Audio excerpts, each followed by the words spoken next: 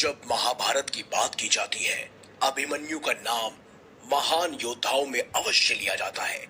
जिस उम्र में आज के युवाओं को ज्ञान नहीं होता, उस उम्र में अभिमन्यु ने महाभारत के अनेकों महारथियों के छक्के छुड़ा दिए थे। लेकिन अंत में भारी पराक्रम दिखाने के बावजूद अभिमन्यु वीर गति को प्राप्त हो गए। लेकिन सवाल ये है कि आखिर मरते हुए अभिमन्यु के कान में कर्ण ने क्या कहा था। ये पल था महाभारत के 13वें दिन का। कौरवों के सेनापति द्रोणाचार्य ने चक्रव्यूह की रचना की। चक्रव्यूह इतना शक्तिशाली होता है कि जो योद्धा एक बार इसमें फंस जाए, उसका निकलना लगभग नामुमकिन था। कौरवों की ओर से सबने मिलकर एक षड्यंत्र बनाया कि वो अर्जुन को इस चक्रव्यूह में फंसाकर चारों तरफ से हमला करेंगे, और अगर अर्जुन मारे जाएंगे तो पांडव अपने आप ही युद्ध हार जाएंगे। लेकिन उस चक्रव्यूह में अर्जुन नहीं फंसे, बल्कि खुद उस चक्रव्यूह को भेदने पहुंचे अभिमन्यु। भगवान महादेव से मिले खास वरदान के तौर पर जयद्रथ ने चारों पांडवों को चक्रव्यूह के बाहर ही रोक दिया और उस चक्रव्यूह में प्रवेश किया अभिमन्यु ने।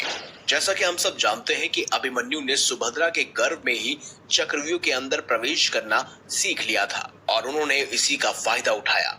वो चक्रव्यूह में प्रवेश कर गए। उन्होंने न सिर्फ गुरु द्रोणाचार्य, बल्कि कृतवर्मा, कृपाचार्य, कर्ण, दुर्योधन सभी को परास्त कर दिया था। चक्रव्यूह में घुसते ही उन्होंने हाहाकार मचा दिया। उन्होंने द्रोणाचार्य के धनुष को काट दिया। देखते ही देखते कर्ण के ऊपर 8, कृतवर्मा के ऊपर 5 और शकुनी को 22 बार बाण मारे। यहाँ तक कि दुर्योधन, दुशासन और कृपाचार्य ने जब अभिमन्यु को देखा तो उनकी हिम्मत नहीं हुई कि वो अभिमन्यु का सामना कर सके।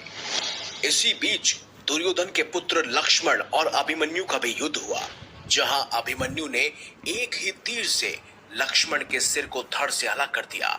देखते ही देखते दुर्योधन बहुत क्रोधित हो उठा और उसने कर्ण से गुजारिश की कि सूर्यास्त होने से पहले ही इस बालक को हमें मिलकर मारना होगा। अभिमन्यु ही अकेला एक ऐसा योद्धा था जिसने 8 से भी ज्यादा योद्धाओं को एक साथ परास्त किया था। जब द्रोणाचार्य को भी इसके बारे में एहसास हुआ, तब उन्होंने कर्ण से ये कहा कि इस बालक के धनुष को हमें छुड़ाना होगा। अगर इस बालक के हाथ में धनुष रहा तो सूर्यास्त होने से पहले ही पूरी कौरव सेना का नाश हो जाएगा। इसीलिए मौके का फायदा उठाकर कर्ण ने अभिमन्यु का धनुष काट दिया।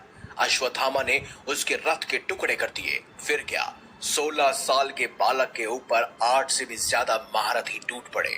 लेकिन लगातार बार बार अभिमन्यु सबको परास्त करते जा रहे थे। उसके बाद सभी महारथियों ने एक एक कर कर अभिमन्यु के ऊपर कई सारे बाण छोड़े, जिस वजह से अभिमन्यु लहूलुहान हो गए। लेकिन फिर भी उन्होंने रथ का पहिया उठाकर युद्ध शुरू रखा। और तभी वो क्षण आया जब अभिमन्यु के समक्ष पहुंचे स्वयं कर्ण, और कर्ण ने उन्हें धराशायी कर दिया।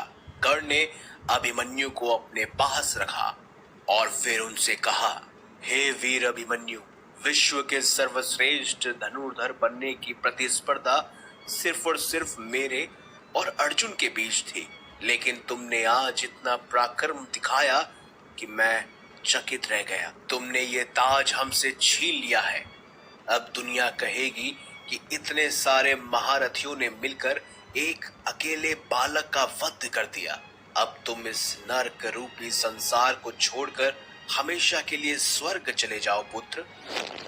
यही वो कुछ शब्द थे जो स्वयं कर्ण ने अभिमन्यु के कान में कहे थे, और उसके बाद कर्ण ने अभिमन्यु का वध कर दिया। इस तरह एक महायोद्धा जो मात्र 16 वर्ष का था, जिसने कौरवों के 8 से भी ज्यादा महारथियों को धूल चटा दी थी, वो अब स्वर्ग की तरफ प्रस्थान कर रहा था।